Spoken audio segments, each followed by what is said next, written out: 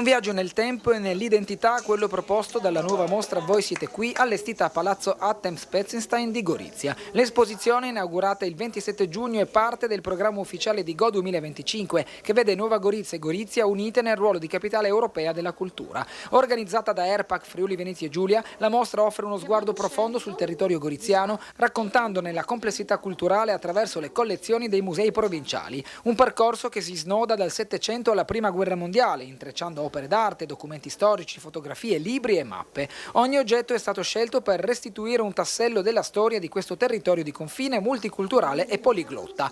Dall'identità istituzionale e politica, documentata dagli archivi, al patrimonio librario in più lingue, fino alla produzione artistica locale, con nomi come Tomins, Bolaffio, Crali e Spazzapan. Noi immaginiamo una cultura di frontiera per una terra di confine, e la cultura di frontiera guarda con amicizia alle identità che stanno al di là, quelle lontane o vicine che siano, però per fare questo bisogna innanzitutto conoscere la propria storia, la propria identità, bisogna sapere chi siamo e da dove veniamo. Ecco, Voi siete qui racconta proprio la nostra storia, la storia di questa città e di questa regione, e tra l'altro ha il pregio di farlo utilizzando materiali, libri antichi, dipinti, manoscritti di proprietà dell'ERPAC, dell'Ente regionale del patrimonio culturale. Particolarmente significativo l'autoritratto con il fratello Francesco di Giuseppe Tomins, simbolo della fratellanza tra Nuova Gorizia e Gorizia.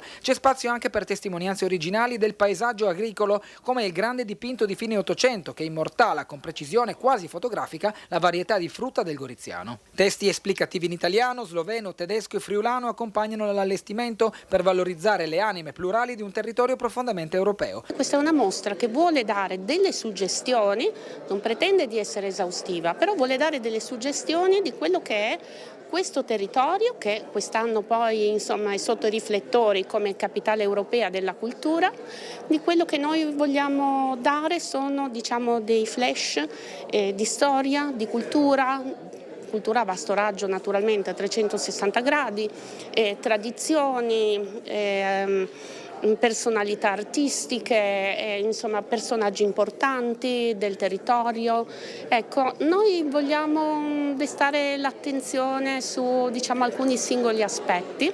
La mostra è visitabile fino al 31 ottobre, tutti i giorni con orario continuato, e in estate anche in fascia serale il venerdì e il sabato. Sempre a Palazzo Attems, in parallelo è visitabile anche la mostra dedicata a Zoran Muzic, che dialoga idealmente con questo percorso, completandone la narrazione.